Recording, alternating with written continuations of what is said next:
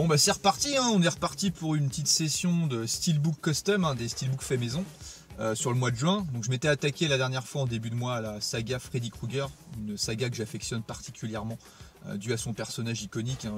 Freddy c'est un de mes boogeyman préférés. Mention spéciale à l'épisode 3. Et du coup, Freddy, sans spoiler, sur son dernier film, sans compter les remakes, moi je les compte pas les remakes, il affronte Jason. Donc je me suis dit, j'ai fait une saga Steelbook Custom pour Freddy, donc je possédais le coffret, je l'ai viré pour faire des Steelbooks individuels. Et je me suis dit, je possède aussi le coffret vendredi 13, je vais le virer, je vais faire des Steelbooks. Comme ça rétablit un équilibre entre les deux gros méchants cultes des années 80. Et du coup, je me suis attaqué à la saga des Steelbooks de vendredi 13. Donc, je tiens, alors déjà avant de commencer, je voulais faire un remerciement à l'ami Kazazel, hein, qui a une super chaîne qui décortique plein de coffrets. Là, il est en train de faire un gros carton en ce moment sur les achats de Steelbook. Là, bravo, ta collection s'agrandit à une vitesse phénoménale. Il nous a fait un petit clin d'œil sur une vidéo où on parlait avec Funky, hein, d'un top 3 versus top 3, des moments marquants au cinéma. Donc il nous a répondu sur une vidéo à lui. Donc super vidéo d'ailleurs avec son anecdote où il s'est pris un mur en regardant le soldat Ryan, je trouvais ça excellent. Donc voilà, merci mon pote, hein, c'est cool. Et deuxième, du coup, ça sera une deuxième dédicace aussi, involontairement, mais quand même, à Marco de la chaîne H Cinéman, qui fait vraiment de super vidéos assez pointues, parce que je sais que c'est un gros fan de Vendredi 13. Il n'y a qu'à regarder sa chaîne, de toute façon, il est toujours accompagné de son Jason Voorhees taille réelle, qui ne bouge pas et qui ne parle pas. Donc Marco, écoute, si tu nous regardes, on a fait des steelbooks de ta saga fétiche. Donc on va commencer avec le premier, là où tout a commencé, le vendredi 13, donc épisode 1, on va l'appeler. Hein. Voilà, donc alors moi la saga vendredi 13, j'aime bien parce qu'il y a Jason. Par contre, les films moi-même, tu enlèves Jason, après c'est le principe du film, c'est pas foufou, hein, c'est toujours un peu pareil, hein, toujours des jeunes un peu abrutis qui vont à Crystal Lake en fait, hein, ils partent à chaque fois faire camper et puis ils vont faire un peu n'importe quoi, et puis ils sont tués à chaque fois bêtement. Donc dans le premier, il n'y a pas Jason, il n'arrive pas tout de suite, je n'ai pas envie de spoiler, mais voilà, c'est un bon démarrage, hein, qui le fera revenir dans l'épisode 2 de vendredi 13. Donc là on a vraiment affaire à Jason. Voilà, il n'a pas encore son fameux masque de hockey, une espèce de mouchoir sur la tête, enfin une espèce de sac à patates. Et là il va commencer à faire ses premiers meurtres. Donc pareil, le deuxième, le problème qu'il a, c'est qu'il ressemble trop au premier dans la mise en scène. Mais comme Jason apparaît, c'est un bon début. Et on va dire, voilà, c'est le démarrage de ses premiers meurtres. Donc ça reste, voilà, ça reste un bon épisode quand même dans la saga. On passe à l'épisode 3. Donc l'épisode 3 qui avait été tourné aussi pour passer en 3D dans les salles de cinéma, c'est ce qui fait un peu sa particularité. Et ça sera le premier épisode où Jason va porter son fameux masque de hockey, hein, qui va le rendre célèbre. Donc pareil. Alors, les vendredis 13, voilà, de base, sur toute la saga, j'ai jamais été un gros fan. Mais le personnage est tellement culte que quand tu possèdes les Freddy, il faut posséder aussi les Jason. Il y a quelques épisodes que j'aime plus que d'autres. Mais le démarrage est un peu vieillot, même si globalement, ça reste très regardable. Après l'épisode 4, je trouve qu'on monte déjà d'un niveau. Là, il va affronter, pareil, hein, il va toujours aussi vénère, tuer tout le monde. Sauf que là, il y a un gamin qui est joué par, alors, je sais plus comment il s'appelle, mais c'est le mec qui jouait Bagou dans les Goonies, le mec là, qui arrêtait pas de se coiffer avec sa brosse là, qui se la racontait un petit peu. Celui-là est pas mal. Parce qu'au niveau de la psychologie du gamin, quand il va être attaqué par comment il va être perturbé par la vision de Jason, et puis à la fin il va se passer une chose qui va être marqué complètement, et on va le revoir d'ailleurs dans les autres épisodes. Celui-là c'est un épisode, je trouve, qui, voilà, ça commence à monter. Celui-là, dans les 4 premiers que je présente, c'est celui que je préfère pour l'instant. Et il était, voilà, pour moi il remontait un peu le niveau. Alors après, le steelbook que j'ai fait, alors j'ai pas eu le choix, j'ai fait 2 films en un. Alors voilà, il y a l'épisode 5 et vendredi 13 l'épisode 6. Alors j'ai fait les deux simplement parce que dans les Blu-ray que je possédais, les 4 premiers c'était des films Blu-ray individuels. Et à partir de l'épisode 5, 6 et l'épisode que je vais présenter après, 7, 8, il y a 2 films sur le même Blu-ray. Donc c'est pour ça que j'ai fait un steelbook commun pour 2 films, pour éviter d'avoir un doigt dans une boîte et une boîte qui serait vide du coup. Donc là il y a l'épisode 5, bien, mais voilà, Jason n'est plus là, il est remplacé par un autre mec. Du coup on a toujours le personnage du gamin qui a grandi là, qui va se battre toujours contre Jason. Il a fini en psychiatrie avec tout ce qu'il a vu, tu m'étonnes, il est un peu perturbé.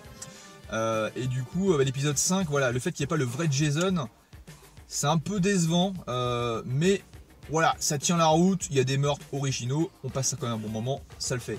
Et quant à l'épisode 6, Jason le mort-vivant, bah, ils sont partis complètement en couille, là. Ils savent que voilà, Jason, bah, il faut le ressusciter à chaque fois, puis trouver des astuces pour dire qu'il est toujours vivant, ça devient un peu gros.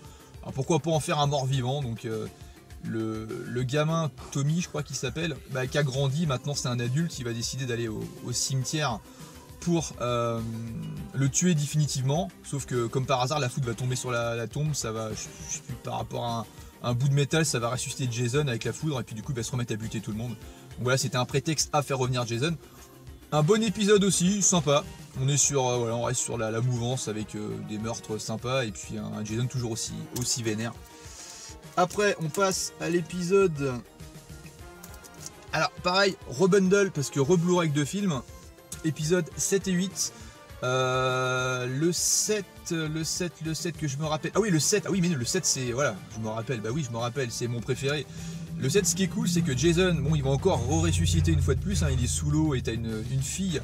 Pour le coup, c'est intéressant parce que d'habitude, il bute des campeurs hein, qui sont complètement neuneux et puis à la limite, ils se tuent eux-mêmes tellement ils sont cons. Et là, il va affronter une fille qui a des pouvoirs télékinésiques, ce qui fait qu'il va avoir entre guillemets une personne en face de lui. Bah, qui peut lutter parce que lui il est balèze, hein, il est immortel, mais la fille qui est en face, voilà, c'est une sorte de magnéto quoi, elle a des pouvoirs à distance, du coup il va avoir quelqu'un en face de lui qui peut lui résister. Et cet épisode là du coup il est hyper intéressant.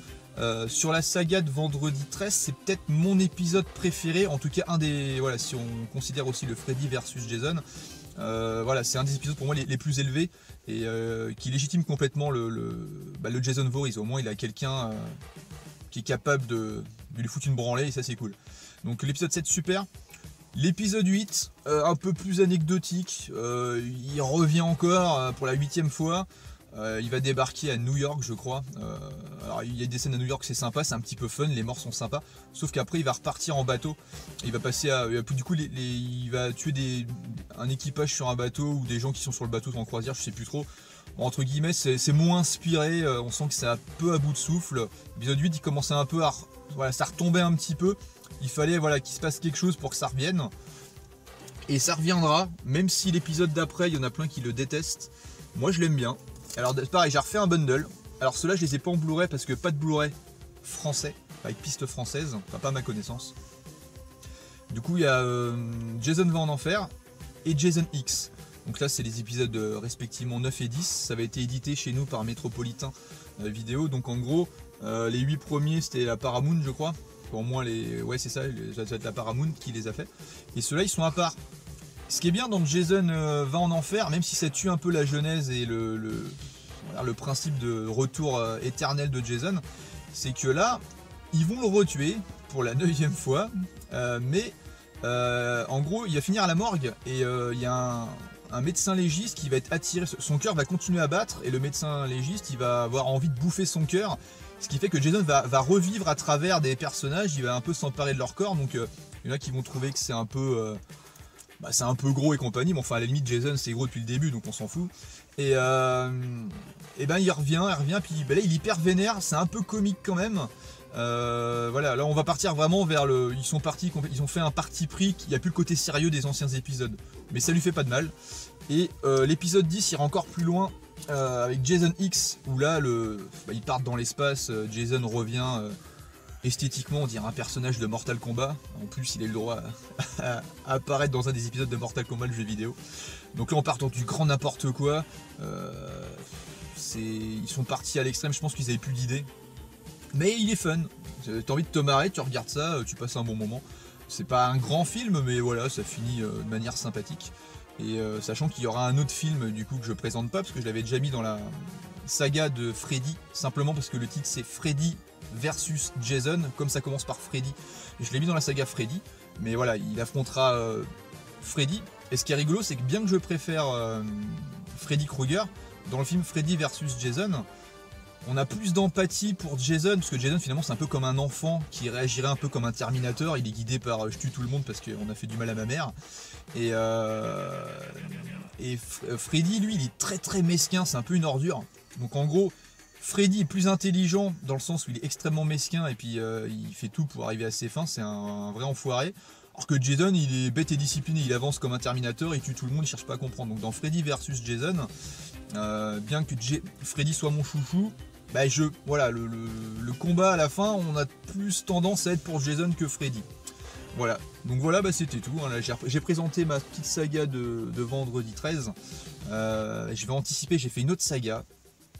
J'ai fait une autre saga avec un mec qui se bat avec des gants de boxe. Donc je sais pas ce que c'est, hein, c'est une surprise, bon, c'est pas très dur à deviner. Mais je vais pas tous les présenter en même temps, ça permet de faire des vidéos plus courtes. Et puis voilà, ça permet d'en faire un petit peu plus souvent plutôt que de faire un gros bloc de 20 minutes. Voilà, bon bah on se dit à la prochaine pour une autre session de Steelbook Custom. Allez, à plus!